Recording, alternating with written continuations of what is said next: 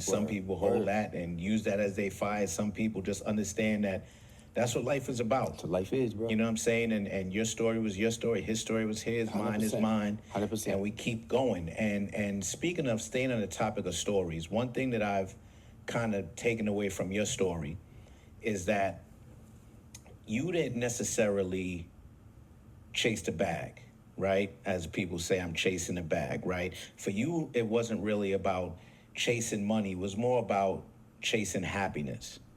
Can you speak to that? Absolutely. That's something I share with my child. So what you find is I've now being on this side of life, I've had I've had a large portion, and I've had nothing. I've been on both sides of the fence. I've been happy with nothing.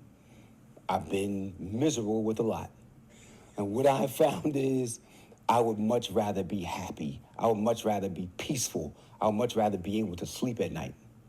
That's what I'd much rather have.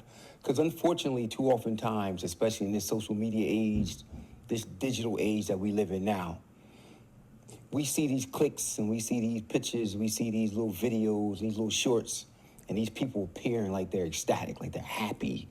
They're on top of the world. It took them 30 pictures to get that one that they pushed out there. And now, unfortunately, we mentally and socially internalize these things that we've seen and make that our version of happiness. That's not your happiness. That's their happiness. That's them. Why you want to be on a boat if you can't swim? Yeah. You know what I'm saying? That's a good analogy. What I say is, at the end of the day, don't try to chase their bag. Find your happiness. And that comes in different forms for everybody. Everybody not designed to be a boss. It'll make them jump off the roof.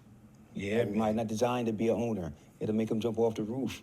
If you want to be an employee and love your family and love your husband or love your wife and your kids and go home and cut your grass on weekends and barbecue with the folks, let that be your lane.